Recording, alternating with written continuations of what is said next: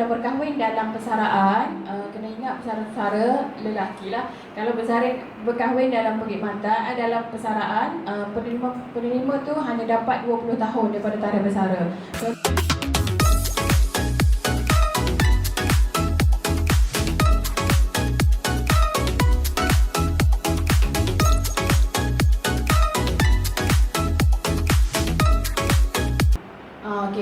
Untuk makluman tuan-tuan dan puan-puan, kaunter mai pesara kita kalau masuk di Pejabat SUK, kaunter Darul Naim tu berhadapan dengan JKR Negeri Kelantan tu, masuk je akan jumpa dengan pondok pengawal. Jadi di sebelah kiri tu kita ada tulis kaunter mai pesara. Jadi untuk makluman, pengoperasian kaunter mai pesara kita bermula hari Ahad hingga Khamis. Cumanya waktu 9 pagi hingga 4 petang. Tapi kalau hari Khamis pukul 9 pagi hingga 1 tengah hari sahajalah. Jadi apa-apa urusan selepas pada tu boleh direct ke pejabat lah, tak ada masalah. Maksudnya memang pegawai-pegawai kita memang akan nak berada di pejabat lah, cuma kaunter je lah kita buka situ. Sebab kami pun ada kekangan, sebab kami pun di samping menjalankan tugas-tugas kami di Pejabat SUK, kami pun terpaksa turun ke kaunter lah. Jadi ada waktu ketiganya kalau ada contohnya macam hujan rebak kadang-kadang, jadi pagi tu hujan rebak, jadi kita orang tak ada nak jalan, sebab kami daripada pejabat kena jalan lagi ke kaunter lah. Jadi kadang-kadang kita lambat sikit buka, tak ada masalah lah. Jadi boleh kita tanya pengawal, jadi pengawal akan maklumkan terus ke pejabat bahagian pengurusan sumber manusia lah. Maksudnya gitu. Maksudnya kalau contohnya kaunter tutup, mana kaunter tutup ni, kata buka, ada tak apa, tak ada masalah. Kalau hari bekerja boleh terus berurusan ke pejabat kami lah, bahagian pengurusan sumber manusia Pejabat SUK Kelantan lah, blok 2 deh. Okey. Jadi untuk makluman tuan-tuan dan puan-puan, permasalahan pesara memang banyaklah kalau kami terima. Sepanjang kami buka kaunter, memang hari-hari kami terima masalah lah. Sama ada masalah pesara yang tidak dituntut, sama ada dari segi pembahagian pesara bila pesara ni kahwin dua, maksudnya macam gitulah. Contohnya bila pesara meninggal lah, dia akan jadi kesan dia begitulah. Contohnya contoh perkahwinan pertama adalah perkahwinan dalam perkhidmatan, tak ada masalah. Kalau perkahwinan dalam perkhidmatan, penerima pencen akan dapat pencen tu seumur hidup lah, sehingga isteri, balok atau duda tu meninggal, tak ada masalah. Tapi kalau berkahwin dalam persaraan, kena ingat pesara-pesara lelaki lah. Kalau berkahwin dalam perkhidmatan, dalam persaraan, penerima tu hanya dapat 20 tahun daripada tarikh bersara. Contohnya masa kita berkahwin tu kita dah 5 tahun dah bersara. Jadi dari tempoh 15 tahun lagi lah yang akan dapat pencen kita tu.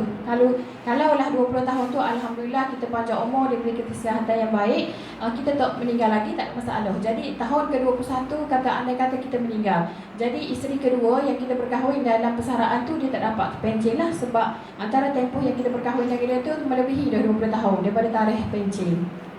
Gitu deh. Maksudnya tidak semua boleh tuntut lah. Gitu. Ya, maksudnya kan. Tapi kalau berkahwin dalam perkhidmatan tak ada masalah lah, memang akan dapat seumur hidup lah. Cuma anak-anak tu bawah 18 tahun, tapi kalau bawah 21 tahun untuk yang belajar lah, untuk diploma pertama atau ijazah pertama di institusi pengajian tinggi lah. Gitu.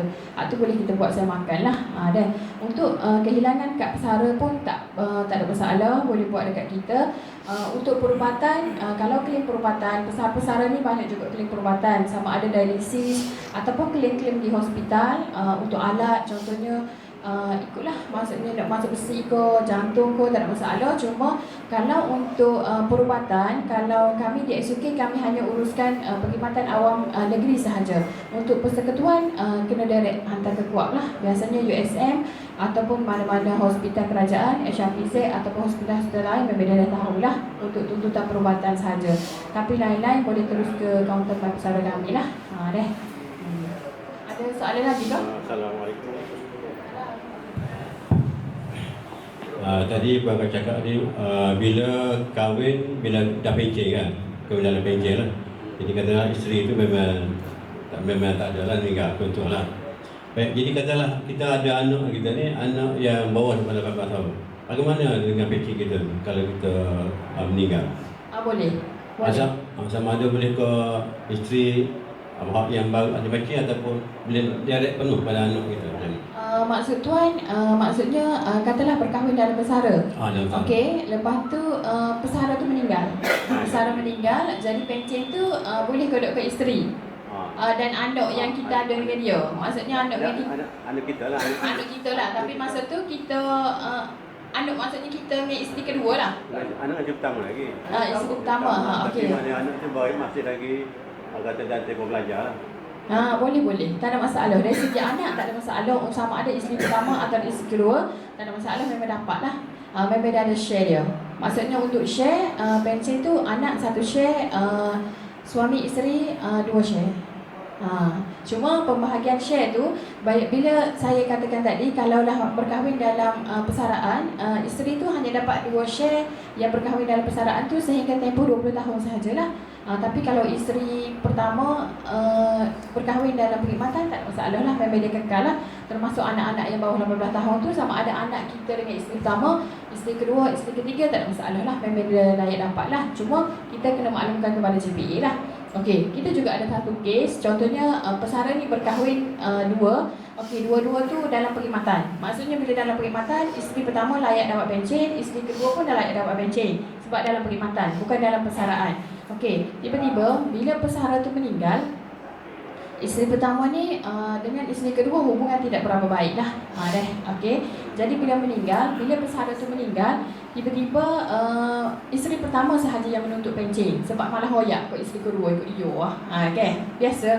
Maksudnya gitu. Jadi malah hoyak. Jadi bila malah hoyak tu kita akan kita sebab kita tak tahu, kita pun tak ada laporan daripada mana-mana waris yang mengatakan bahawa pesara ni ada isteri kedua, contohnya macam gitu. Jadi kita proceed je lah dengan isteri pertama. Maksudnya bayar penghubung jenazah kita akan bagi kepada isteri pertama ataupun waris yang masa tu kata saya yang uruskan jenazah, biasa isteri lah, kita naklah pembuktian tu.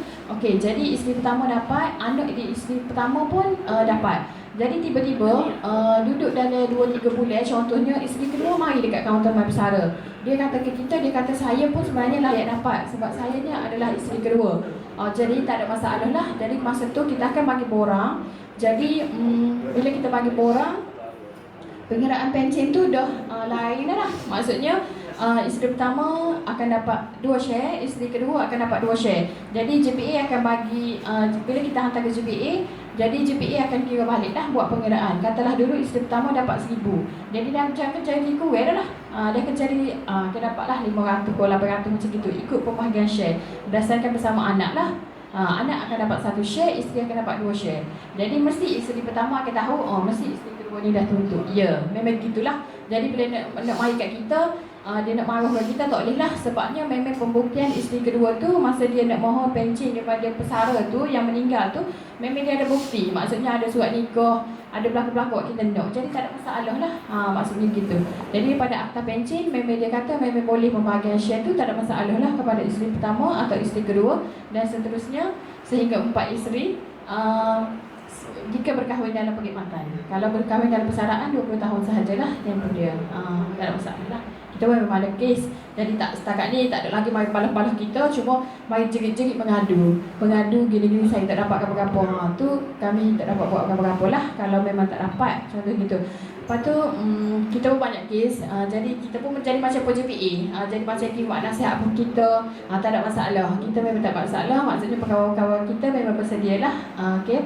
Jadi kita pun ada kes, maksudnya isteri pertama okey, tak ada masalah berkahwin dalam perkhidmatan. Isteri kedua berkahwin dalam persaraan. Jadi pesara ni datang ke kaunter mai pesara, dia maklum ke kita, ke pegawai kita yang jaga, dia nak tukar lalu pesara dia tu kepada isteri kedua sebab saya lajuk kan, baru kahwin. Tak ada masalah. Jadi bila kita kata tak boleh tuan, saya kata tak boleh tuan, sebabnya pencen ni, pencen terbitan ni hanya akan dapat apabila pesara tu meninggal. Jadi dia risau sebab dia kata esok bila saya meninggal hanya isteri pertama je dapat, isteri kedua ni tak dapat.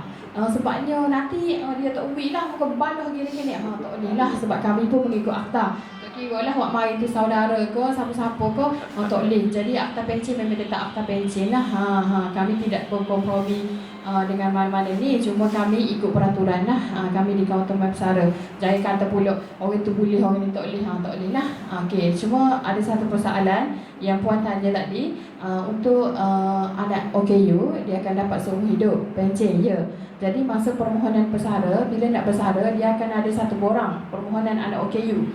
Jadi bila kita dapat permohonan anak OKU tu, JPA akan mesyuarat. Jadi kalaulah anak OKU tu dapat kelulusan pencen tu seumur hidup, dia akan keluarkan satu surat mengatakan bahawa penerima OKU ni memang akan dapat penerima pencen seumur hidup.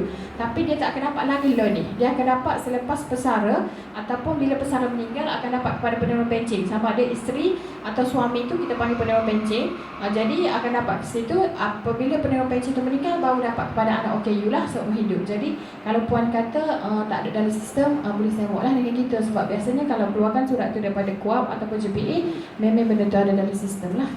Kita boleh tengok balik lah. Sebab di JPA pun memang bila kita buka permohonan baru untuk anak OKU, bila pesara tu meninggal, memang dokumentasi anak OKU dulu sebelum kita bersara tu memang ada dengan dia. Cuma dia akan tengok berdasarkan mesyuarat tu apa anak OKU ni tak dapat masa dulu. Memang kena tengok balik lah benda-benda gitu. Tak ada masalah lah. Boleh rujuk dengan kita deh. Okey, ada lagi ke soalan?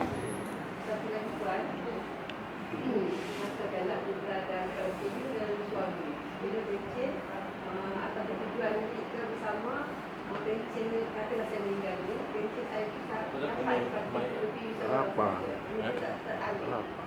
Suami tak boleh. Ikut akta pencen memang tak boleh. Maksudnya kena bagi juga ke suami. Jadi atas suami. Maksudnya gitu. Macam juga anak bawah 18 tahun, share tu kita tak akan bagi ke anak direct. Maksudnya kita minta nombor akaun anak, kita tak akan bagi ke akaun anak direct. Sebab anak tu kan bawah 18 tahun. Jadi anak tu masih bawah umur. Jadi kita akan bagi kepada suami ataupun isteri. Maksudnya kita panggil penerima pencen. Pesara kita, katalah kita bekerja, kita belah pesara. Okey, pesara kita yang kedua ni adalah penerima pencen. Kita panggil. Kalau lah penerima pencen tu dia adalah pesara, dia adalah penerima pencen. Tak ada masalah. Maksudnya isteri kita atau suami kita dia dulu cikgu.